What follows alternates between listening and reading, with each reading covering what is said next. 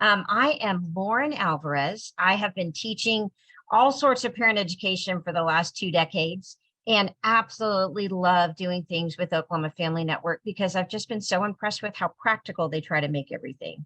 So I know they have a great website and lots of different events that go on. And I'm just thankful they keep asking me back for more. I, by day, am an elementary school counselor. So I work with second, third, and fourth graders, but I'm at an elementary school pre-K through fourth. And then I'm also an LPC candidate. So I'm working towards being a fully licensed therapist. And then I've been teaching parenting classes, anger management, all sorts of things for a very long time for improving lives counseling and family and children services and my school and things like that. So absolutely love teaching on this topic because I'm also a mom. So I have 4 children of my own. They're now 12, 21, 24, and 26 years old. And truly, I feel like the information and the foundational concepts that I learned when I read the 5 Love Languages of Children all those years ago, I feel that that has helped me stay connected to my children in a way that I didn't necessarily feel as connected to my parents. I mean, my parents definitely, their generation was not reading books about what's your child's love language. So this is a really practical information. And I'm hoping that it is as helpful to you as it was to me. So let's just jump right in. You might be familiar with the 5 love languages in reference to couples. So there's 5 love languages is a really popular book among couples, among pre-marriage counselors, and it just basically teaches the same concepts except about the 5 love languages. You know that there's 5 different ways that we like to receive love, and if you can know your partner's love language and show them love in that love language, they actually feel love. Well, the same thing applies for children. So it's such a beautiful, preventive, responsive, connecting core ideas that I think that you'll enjoy. Now, they have a lot. They have the 5 love languages of children. They have the 5 love languages of teenagers, because we know teenagers are a whole group unto themselves that sometimes we think, oh my gosh, my child has been abducted by aliens. What happened to my sweet little one? And they go through those teen years and then they come back to us. So I have a preteen right now, but so far actually with all my teenagers, yes, we have had our struggles, but I really do feel like the principles of the 5 love languages helped me stay connected to them, even if that connection was different. And then they have a new book, The 5 Love Languages of Apology. I've never read that one, but that is on my list of things that I would like to read. Because, you know, we all kind of like to receive different kinds of apology. But Gary Chapman, he is just a wonderful author. And then Ross Campbell joined him on the book, The 5 Love Languages of Children. Now, here's what I know about you guys. Parents deeply love their children. We sacrifice for them. We do all these things for them, but not all children feel that unconditional love and care. Why this contradiction? Often parents assume that kids just know we love them because I say, I love you, and we think that that will be enough. How many of you was that enough? I know it wasn't enough for me, and I didn't know why. So this really helped me. You know, parents love their kids. I mean, that's just a given. But the thing is that when it comes to love languages, which I'll explain in a minute, many adults only speak 1 or 2 love languages, typically their own, what they prefer. Or we're just so busy raising kids and feeding them and keeping them safe and working and all the things that we do, that sometimes our kids will grow up not feeling loved. They'll know in their head, yeah, my parents love me, you know, this is my family, but they might not feel that deep connection. If you aren't speaking to your child in their love language, they won't feel the love, even though you love them. And that's the most frustrating thing, that disconnect that can happen. As a parent, you're so frustrated because you're like, I love you. I mean, look at all the things I do for you. But if it's not in a child's love language, sometimes that connection just isn't quite the same. I kind of liken it to this. So my husband's Colombian. He's from South America. He knows English and Spanish. Spanish was his first language, you know, and he's been in the United States actually longer now than he was in Colombia. But his preference, his thinking, he dreams in Spanish still. So he speaks English and Spanish. I only speak English because he loves me. He talks to me in English. Because Spanish is easy for him, he chose to talk to me in Spanish, I might pick up every third, fifth, seventh word, but there wouldn't be this deep understanding. And sometimes I would probably, not sometimes, most of the time, I would be frustrated. And here he could do all these amazing things for me and love me and be committed to me.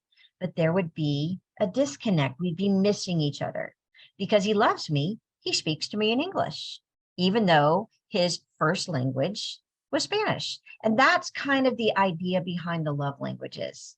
We're showing our kids we love them in our way. What if we learned their way? And if we learned their way, that connection would be so much more powerful, and so much more preventive too. Because I will say that based on these principles, I was able to parent and discipline and correct my children out of the strength of our relationship. Because that strong connection was there, they could receive it. Correction for me a lot more. So here are the 5 love languages. There are 5 ways children like to express and receive love. Physical touch, the hugs, the kisses, the snuggles, words of affirmation, their compliments, I love yous, those kinds of things. Quality time, how much time we spend with them. Gifts. Now, this does not mean with gifts that you have to buy them stuff all the time, but we'll kind of describe that here in a little bit.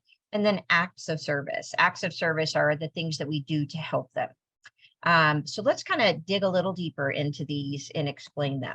All right, physical touch with kiddos. Parents of all cultures recognize the importance of touching their kids. The hugs, the kisses are the most common ways of speaking this love language, but there's a lot of others too. Snuggles, having them sit in your lap when you're reading a story, holding hands. My 12-year-old daughter still holds my hand in the parking lot on the way into Woodland Hills Mall, and it makes me happy. Roughhouse play. This was a big one. My 3 oldest are boys, and then I have my daughter. She came, just 14 years later. But with the boys, I did lots of roughhouse play. And when they were babies, running, chasing them, tickling them, grabbing them, putting them over my shoulder like a sack of potatoes was a game that we liked to play, scratching their back, piggyback rides, anything where there's that connecting touch. They love that. And so, I always thought it was interesting. My parents are not real huggy. That's just not their thing. And my mom just is not a huggy person. That's not really her favorite way of expressing love, but she definitely loves us. And my dad is definitely not a huggy person, but you know what he used to do? He used to roughhouse play with us kids. We'd have all these little wrestling games and he'd balance us on his hands and we'd do these acrobatics things. And interestingly enough, we actually felt a little more connected to our dad. And as I thought about it as an adult, a lot of it was just that roughhouse play. We had that connection with him that we were craving. Well, at least that I was craving. I'm a physical touch person. That's my one of my primary love languages. So, sometimes too, we forget that our kids will need this all the way through life. Some studies find that parents only touch kids when it's necessary. All right, I have to give you a bath. I've got a quick hug at night. Go and do your thing. We don't really work it into our daily routine. Physical touch is healthy for boys and girls. And I was so affectionate with the boys. When I learned this, I was like, ha ha, I get a free pass. I can hug them. And, they were so affectionate back. They were even weird in that they loved soft things too. So physical touch for them even translated into things that were soft and cozy and blankets. And they loved, super soft sweatpants and things like that. And we actually had a huge blanket that we call our cozy, which was 2 big pieces of fleece that I sewed together with stuffing in between that could fit all of us underneath it.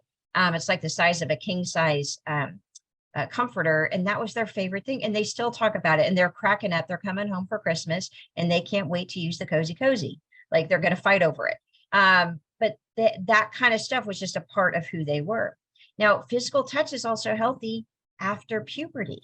Sometimes we hold back. Oh my gosh, my child looks like a young adult.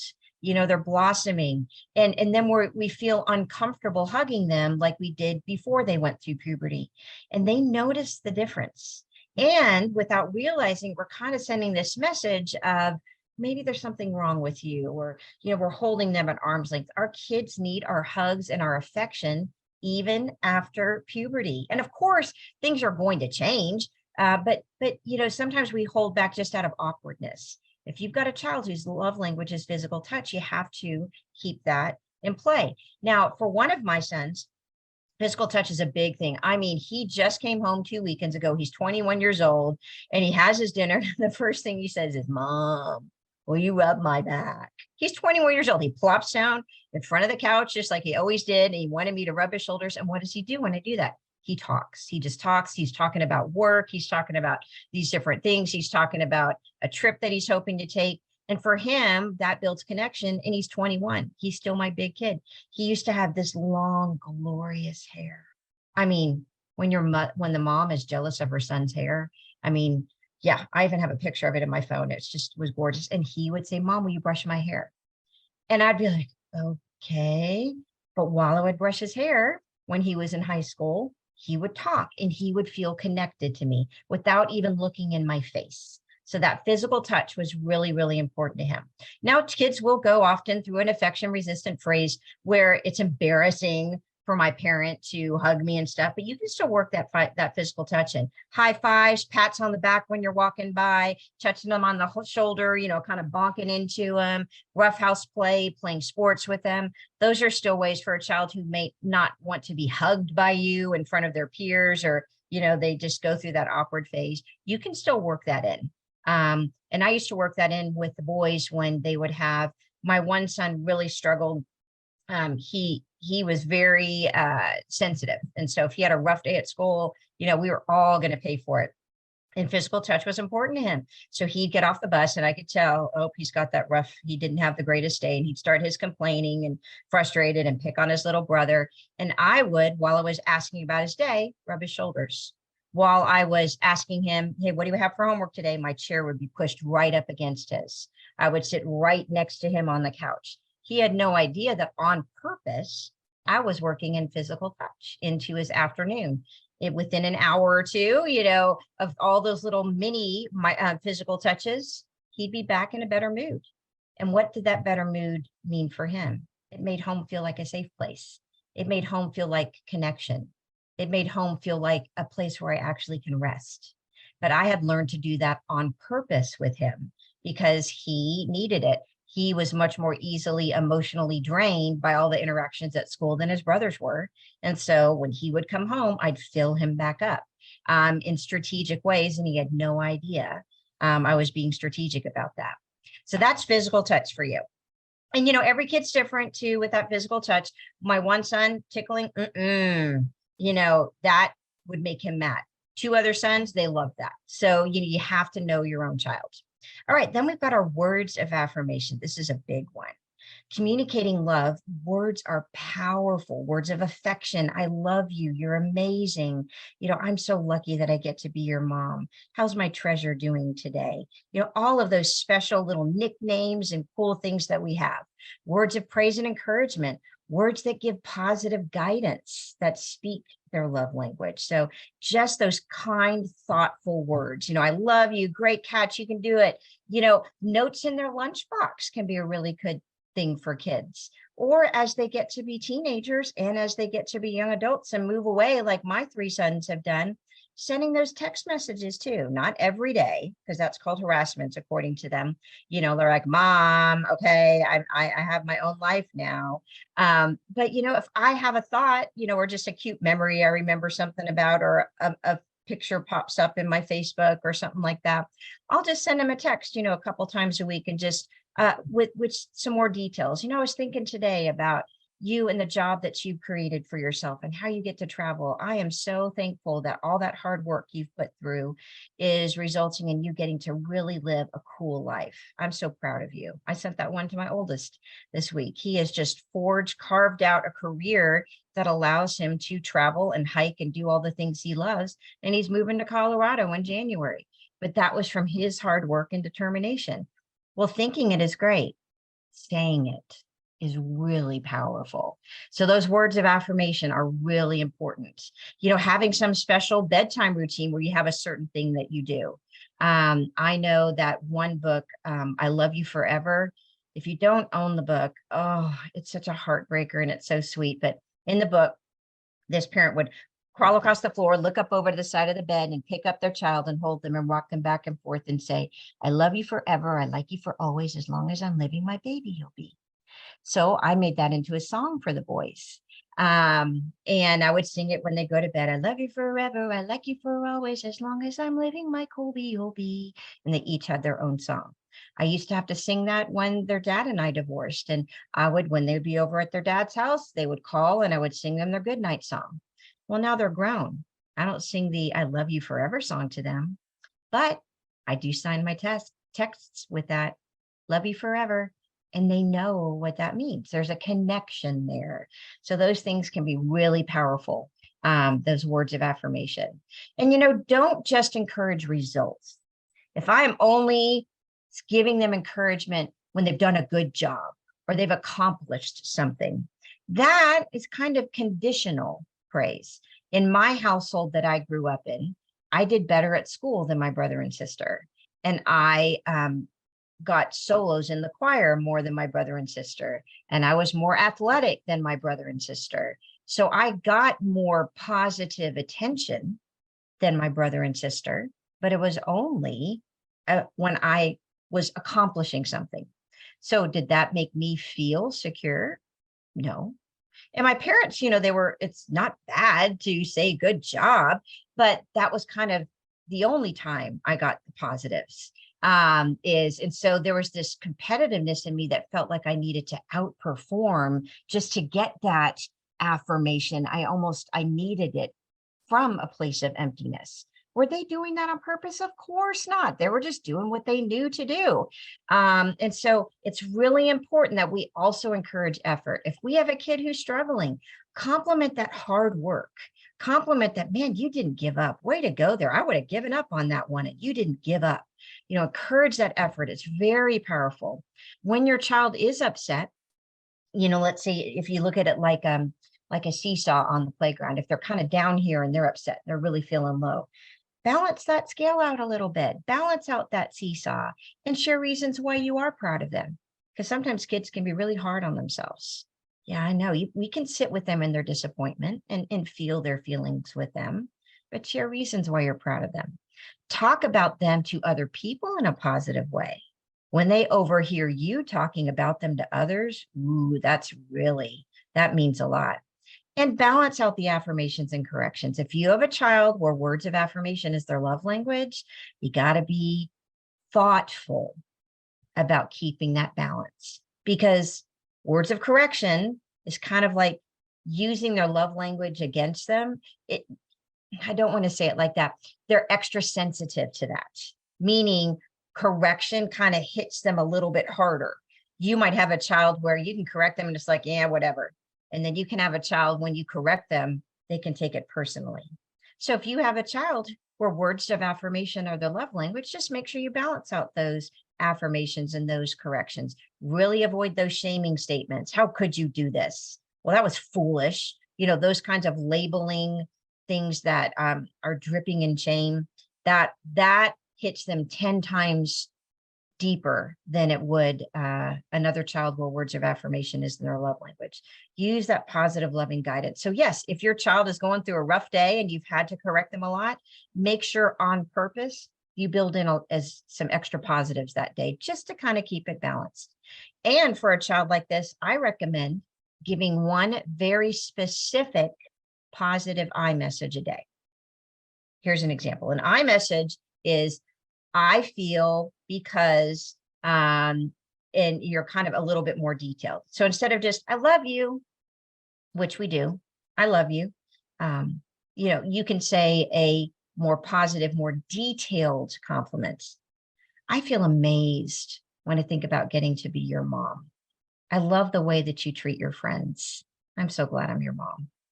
It's a detailed, more specific thing. We can get so into routines. Love you. Have a good day. How was your day? That we don't really realize it's almost like a compliment on vitamins.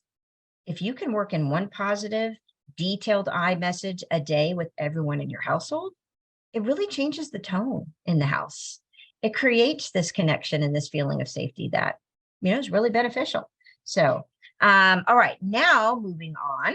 So we've had physical touch, we've had words of affirmation. Now let's talk about quality time.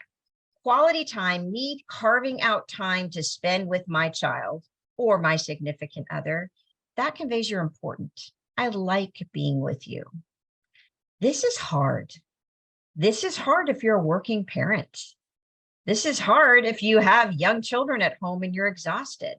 This is hard if you have a special needs kiddo that takes a lot of extra time, which is rightfully so. And it's hard sometimes to carve out time for the other kiddos in your family. But get creative. If you don't plan it sometimes, it's not going to happen. Have date time, campouts, take one child for errands, and it's just them.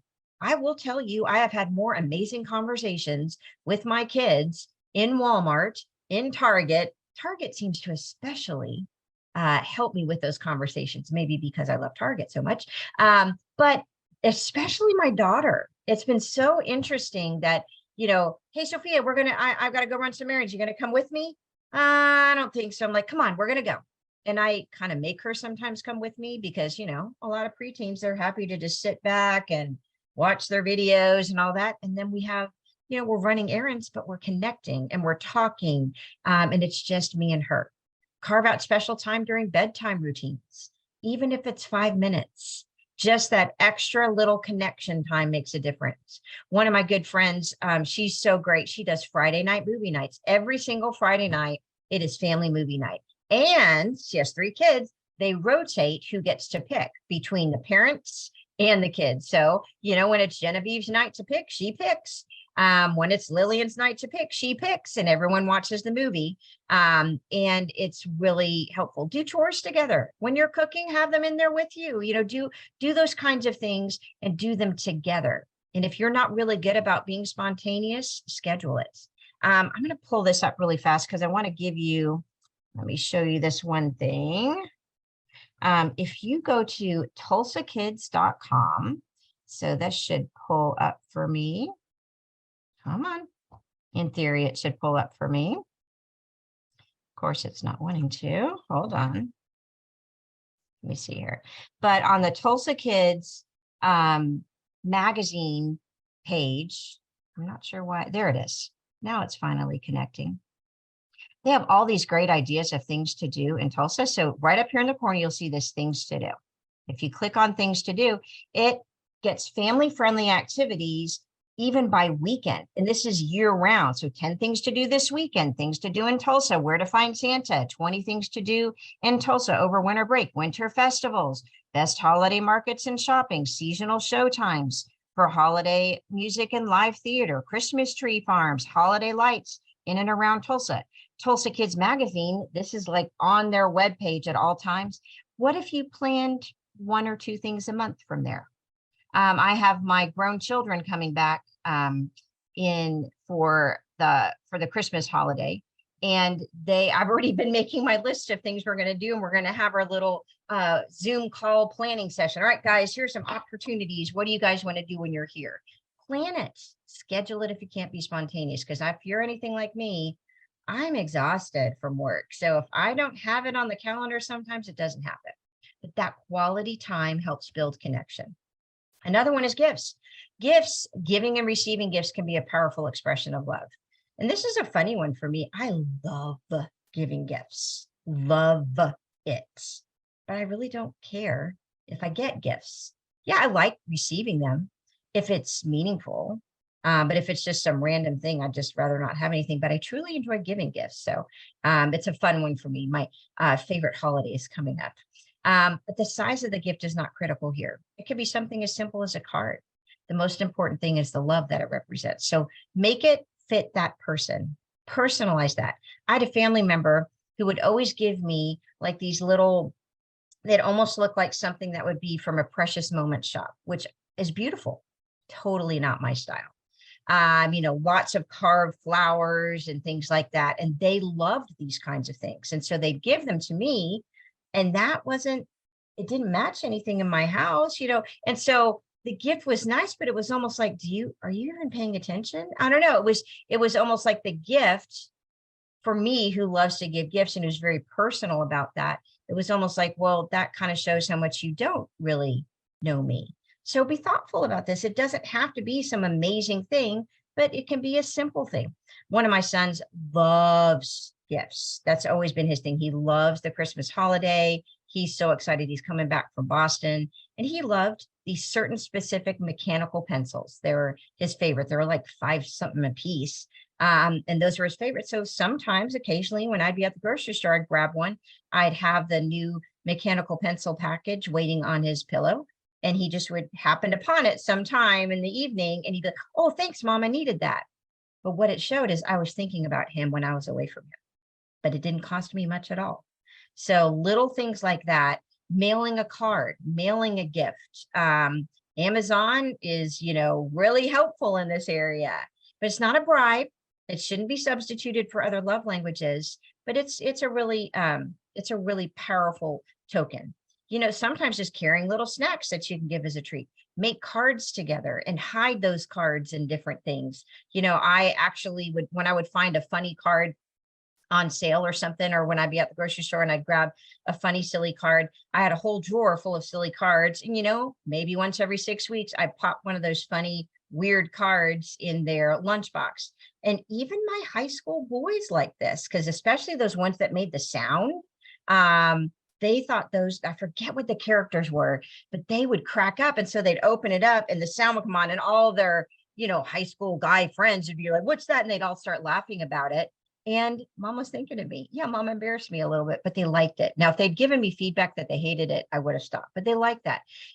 I actually shop year round. So I keep lots of little trinkets and little things that, could be my secret drawer, and that could, be places that I have things for that. Sometimes they like little treasures or small things. I have a family member who collects heart rocks. So anytime I see a heart rock, I pick it up. And every time I see her, I'm like, oh, here's what I've been gathering while I've been away from you. My oldest my second son lives in Boston, and he loves gifts, but he was flying in and flying out. He couldn't do anything for that. So we called it the month of Christmas. So every week I had a gift arrive from Amazon, and it didn't have to be big. It might be a sweater that he'd been wanting, or a little something, his favorite kinds of socks, or whatever it might be. And so it was just kind of fun that actually it started right after Thanksgiving. So for 5 weeks in a row, he had present arriving from Mom, and he had so much fun, and he'd call me when he'd open it, and that was our way of connecting from being apart, because gifts, he really likes those. And he really likes sharing wish lists. So, but that's some ideas of how you can incorporate gifts. And then this 5th active love language is acts of service. This is really powerful. Here's the reality. Parenting is one giant act of service. We are helping, we are doing, we are fixing, we are cooking, we are clothing, we are doing all the things. And sometimes we can get stuck in a rut and think, well, they should know I love them. Look at all the stuff I do for them. I drive you everywhere. I carpool you to this. I pay for your soccer. We can get really, we can just assume that our children know how much we love them because of all the sacrifices we make for them. But do something your child will appreciate. Make a special dinner, practice sports, help with issues or problems. Sitting down and talking with them and helping them through a friendship thing or through something they're frustrated with, that's actually an act of service.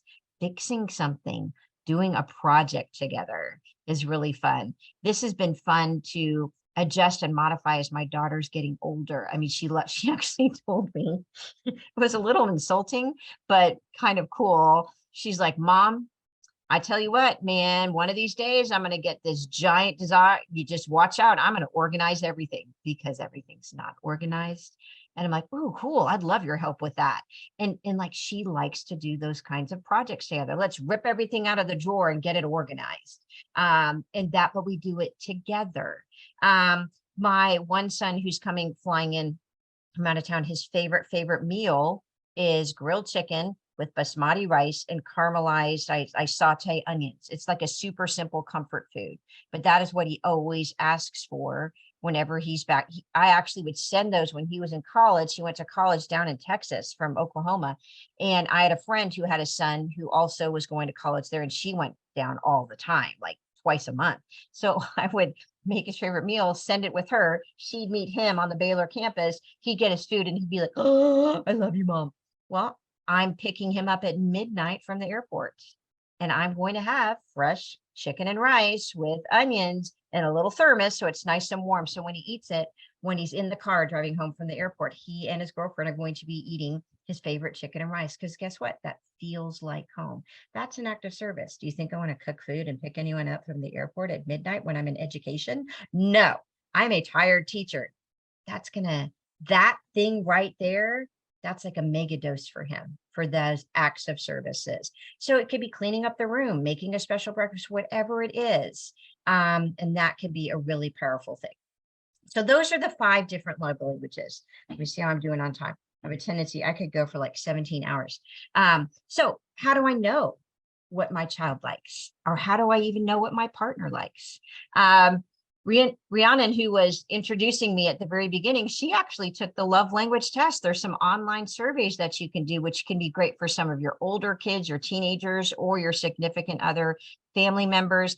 I even had a whole family when they did this. The parents, they were actually in their early 60s. They'd been married for a really long time. They're about to have a family vacation, and they'd never heard of the 5 love languages. And so they took a survey, and they were so excited about it that that's an activity that their family did when they all got together on their Florida vacation. And because their kids were grown, and they're like, okay, everyone, this has really helped us. Everyone is doing a love language test. And then what do they talk about? Like the whole trip. It was really kind of funny for them to discover that information together. But every kid kind of has a preference. So here's the reality. Speak all the love languages to your children. Don't just be like, oh, well, they like physical touch. That's all I'm doing. All right. I'm only going to give you hugs and all that stuff. But, forget the words of affirmation and, all that kind of stuff. They like all of them, but they'll tend to like 1 or 2 more than the others. So here's what you can do. You kind of have to be a detective. Look how your child expresses love to you and others. My daughter, the second I walk in the door, Mom, guess what? What, Sophia? I love you. She is very verbally expressive. She was the one who loved, I saved so many of her little things that she would write. She even sent a little card to her brother. She'd drew a picture on a Post-it note, and I sent it to him, her oldest brother, when he went to college. She was just in kindergarten. And it said, it had a picture of her running to meet him. And she had her hands out like she was going to give him a hug. And she said, I never stopped loving you when you went to college. And it was just so precious, but he wasn't there for her to tell him anymore. So she had to send him notes. So listen to what they ask for the most. If they want a hug, or, hey, Mom, will you help me? Or, hey, Dad, will you help me with this? Or, do they want to spend time with you? Kind of, what are they asking for the most? Now, here's the kicker. What do they fuss about? What are they complaining about the most? Because they're complaining about what they're wishing for. They're complaining about what they feel they're not getting. And it comes across as ungrateful and all that, but peel back the layers of that. You're always spending time with her and you never spend time with me. I wonder what their love language would be. Probably quality time. And you can even do things like give them a choice between 2 options. Do you want to play a game or go buy a book? Sometimes what they choose can give you an idea. And this is a big one. I actually just did this last week because I knew I was preparing to teach this. Ask them how they know you love them. And so I asked my daughter this when we were sitting down having dinner. Sophia, how do you know I love you? Well, you're my mom. No, what are things I do that make you feel loved, that make you think, oh yeah, my mom really loves me? And she said, you listen to me. I said, what do you mean? She goes, well, when I'm saying something or I have an idea, you don't just cut me off. You listen to me. You hear what I'm saying. And one of her, a big, really powerful one for her is that the words of affirmation, which she is very expressive. She's very vocal about her love, but also the time. She really likes that time together of me taking the time. And let me tell you what, I am busy. I'm busier now than I've ever been in my whole life. And so just those little micro moments make a huge difference to her. Not like, what, I got to do this. It's like, yeah, tell me about that. 5 minutes can feel like 2 hours if it's 5 really focused minutes. So ask your kid, how do you know I love you? And it can give you some cues. Now, also be aware that their needs can change over time. My primary love language has always been physical touch. I've always been like that affectionate, I love roughhousing with my dad, love holding hands and all that stuff. Then after I had kids, my love language changed a little bit. Physical touch was still important to me, but it was important to me, acts of service, because time was love. You doing that just saved me time. You doing those dishes just saved me time. You cleaning up after yourself just saved me time. And that made me feel loved and cared for.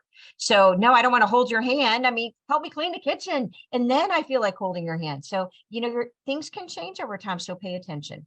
But typically kids, they speak all the love languages, but by the time they're about 5 or 6 years old, they'll settle in on a typical favorite. Under the age of 5 or 6, do a large smattering of all of them. And it can be really helpful.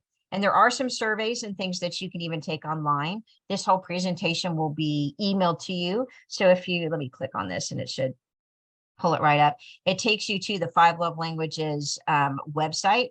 And there's actually some surveys and some different things that you can use for kids. And on the 5 Love Languages website, there's some digital ones that you can do yourself and with kids. So that can be just a helpful tool. I mean, that'd be a cool family activity. Now, here's where this all kind of ties in. So why the 5 love languages? What in the world does this have to do? Or how does this make relationships better? We all have these things, it's called our emotional tank. It's kind of like a bank account. So an emotional tank, you might have heard it referred to as being a bucket filler, your emotional bucket. Being a bucket filler is a big catchphrase in a lot of education realms, like schools. Where are you being a bucket filler? These are things that when I do them, it fills someone's emotional bucket. When I do some negative things or hurtful things, that can empty that emotional bucket. Now, when I speak my child's own love language, I fill their emotional tank with love. When my child feels love, it's actually much easier to discipline and train when then they have an empty love tank that's running near empty. That's straight from the book from Gary Chapman, page 17, if you need to look it up. So I've even taught this in schools to my teachers. Hey, if this child misbehavior is often, if we can peel back the layers of that misbehavior, it serves a purpose. It's trying to fill a need, even if it's trying to fill that need in a negative way.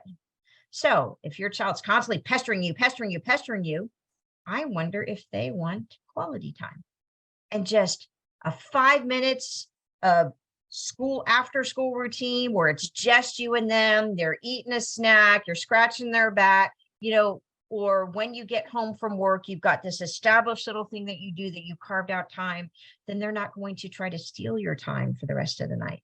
I mean, these things really work. And this has been the most powerful thing for me with my own children, is when they're feeling connected and they feel like their emotional tank is full, even when they do stupid things that teenagers do, or, people are in moods, we're not perfect kiddos or humans, they can respond to my correction because they feel loved. Then it doesn't feel like a rejection to them. So you give heavy doses of their primary love language and then sprinkle the other 4. That helps them feel loved. All right. And another key thing, well, if you're ones that like to set some goals, try to start and end the day in their love language. If we can start the morning and end the day, great. For one of my sons, I could not use words when I woke him up. What helped him is if I just rubbed his back for a minute and then very quietly, all right, Colby, time to get up. That started his day with a warm feeling. Now, if we were late and I whipped back the covers, come on, we're running late. The day already set the tone for the day. So be thoughtful about your child's love language, start and end the day in that. When they feel loved, they're more responsible to our guidance. It's preventive. That for me has been the most amazing thing. To be honest, I don't spend most of my time disciplining and correcting my kids. I never had to. Those early childhood years, yes, when you're just trying to keep them alive and not have them put their finger in the electric socket, even in those early childhood years, a lot of preventive things like getting enough naps and, those kinds of things were definitely helpful. But I didn't spend all this time constantly correcting behavior, because when you pour in and they're already full, they tend to not act out as much because their needs are met. Now, this is not the case for everyone. If you have a child with ADHD or some other things going on, yes, you're going to have some kids who are more challenging kids, but the more connected you feel, typically the less misbehavior you have. It also helps kids heal from difficult events. So when the boys were 3 years old, first grade and third grade, their father and I went through a divorce. It was one of the hardest things I've ever done in my life. It was hard on everyone. And now I didn't have the boys all the time, and their dad didn't have them all the time. We shared that back and forth time. It was hard. I truly 100% believe that having this knowledge of the 5 love languages of children is what helped my children adjust to this life event that they never asked for. Was that a bucket draining activity? Absolutely. Everything about it was draining. With them going through their grief process, that was emotionally draining for them. But when I could strategically, knowing I don't have them all the time, and now I'm working all sorts of hours, how could I sprinkle that in and be purposeful in my limited time with my kids? And made all the difference in the world. They all had their own different struggles and adjustments and things that they had to do, but through it all, we had connection. We had connection, and I felt like it really helped them heal. If I hadn't had this, I would have just been overwhelmed by life circumstances, and we could have had a lot more challenging things that showed up later in their teenage years. So I'm so, so grateful, because it was an important part of their healing. Love, safety, emotional safety, that creates an environment of healing. And that was really helpful to me. And I'm remarried now and have my daughter, and, thankfully had these principles kind of from the get-go. Now, every great thing has a dark side. So here's something to think about and be aware of. So every love language has some suggestions of things you should do. But the opposite of that is if we use their love language in a negative way. For them, it hurts them more deeply. Words of affirmation and physical touch are really important to me. But I would say now my top 2 are words of affirmation and acts of service. Help me and affirm me. I am much more sensitive to criticism. Even if what the other person is saying, if all I'm hearing is do this, do this, do this, do this, it literally overshadows everything else. Now, if I hear do this, whatever, but then I'm also getting that balance and those compliments and, the affirmations and the verbal notice, it balances the scale and I'm good. So you've got to be thoughtful. And I had to be really thoughtful of this with my kids. So physical touch, try to avoid physical punishment, neglect, pulling away from physical touch after puberty. That can be tough. Now, I'm not here to do a whole lesson on spanking or not spanking or whatever, but if you have a child whose love language is physical touch, you've got to be really careful about that. I spanked my one son once because I was very against it, simply because it was not used well when I grew up. I knew I didn't enjoy that experience as a child.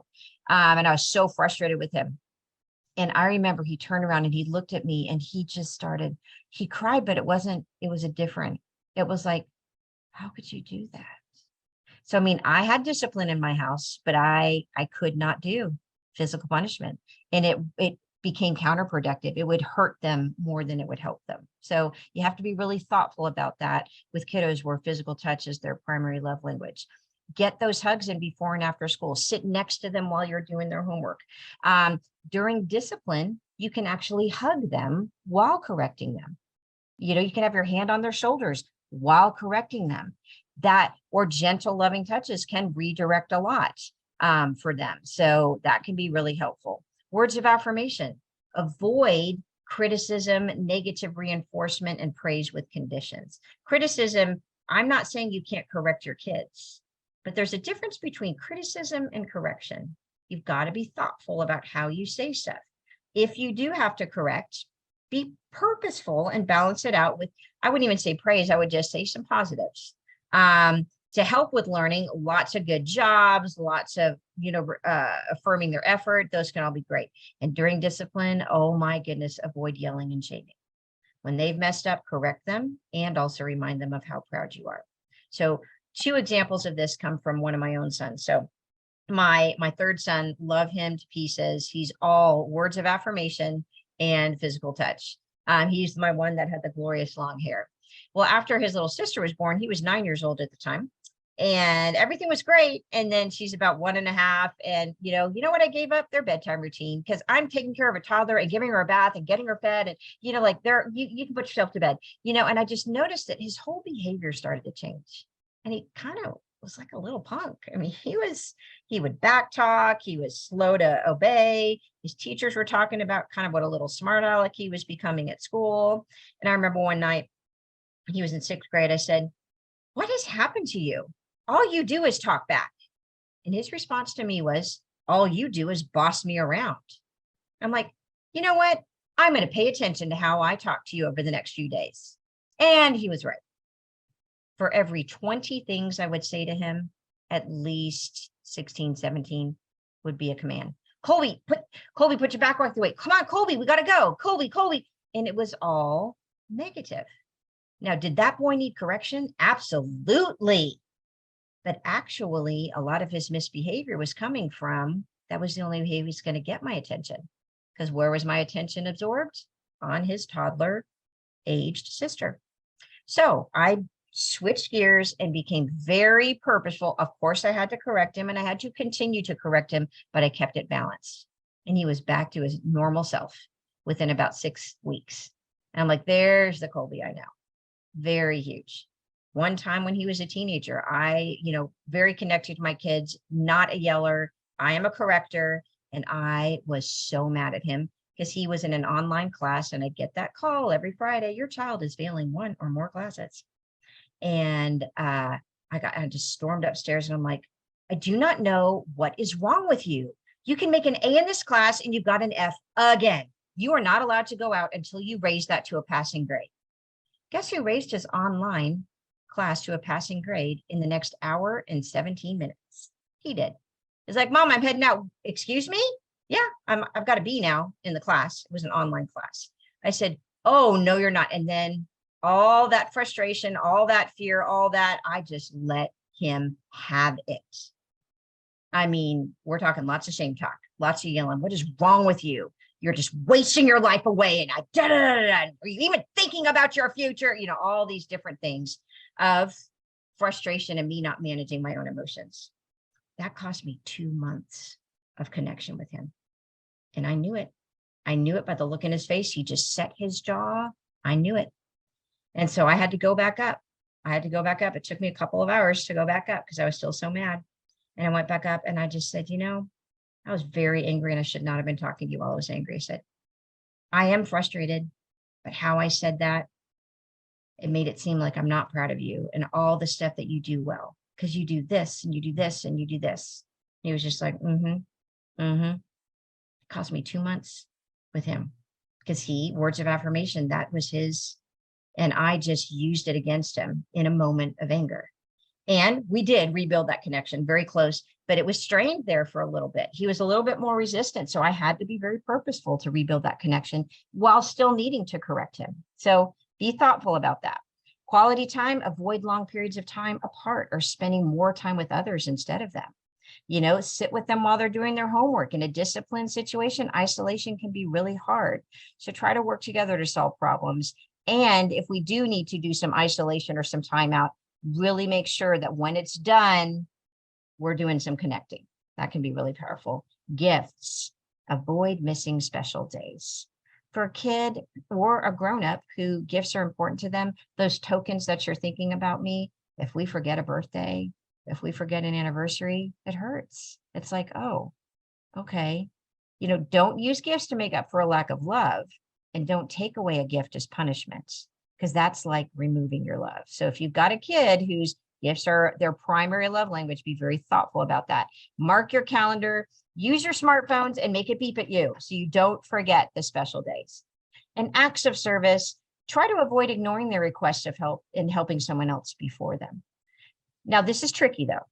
We don't want to raise kids who are totally dependent. So you shouldn't do for your children what they can do for themselves. You know, if they can make their beds, they can clean their rooms, they can do these things, but you can surprise them every now and then. And there's a lot of things that are acts of service that you can do for them. That doesn't mean you're doing everything for them, because that really does not raise children who can take care of themselves.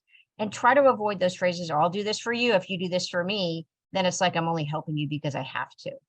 That can hurt a kiddo who's this is their lifestyle. And in discipline, don't say you regret doing things for them. I can't believe I even helped you with this. I can't believe I even drive you to this. If acts of service is a big deal to them, and I am saying I regret doing that stuff for you, it's kind of like I regret loving you. Now, is that what we're trying to say? Of course not. But that's how they'll feel it and hear it in their heart. So we've got to be kind of mindful and thoughtful about that. Now, there are going to be some extra handouts that are sent to you. I sent those off last week, so they'll get those sent out to you. The whole PowerPoint will be sent to you, so you can kind of look back at that. But I hope that this information helps you as much as it did me. I highly recommend the book. You know, there's books that are really difficult to read. This one's such an easy read. I mean, and now they have audiobooks and stuff. Would be a super simple thing to read and listen to. But it's not a long book. It's a really powerful book. But it is a book that I wish every family, when they left the hospital with their child, they would get the 5 love languages of children, because I feel like if we did this, we just have a lot more connected, well-behaved kids who feel emotionally connected. You love your kids.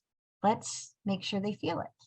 And it's simple little strategic things. And one thing I did forget to say is we do tend to show love in our love language. So if I'm physical touch, I'm going to go up and give you hugs. Well, that might not be their thing. You know, one of my sons, he's not physical touch, you know, like super. He doesn't like the hugs and all that stuff. He did like soft, cozy things, but that's not his primary at all. So I had to adjust and modify to him. You know, so get to know it. We will think, well, of course they know they love me. I like these things. Well, that's great. You like those things. Do they like those things? Talk to them. Find out what they like. Have them make their little, you know, things they love to do. Make a little wish list. I keep notes in my phone on my note section of different things as I'm thinking about it that might be ways of building connection to each individual kid. They have their own page. But remember, just like my husband talks to me in English and not in Spanish, he's speaking to me in my language. That builds our connection. So you can give yourself some credit that you have been showing them love. Just make sure it's in their love language, not yours, because then they will feel loved and it'll match how much you love them. So hopefully that will help you out like it helped me out.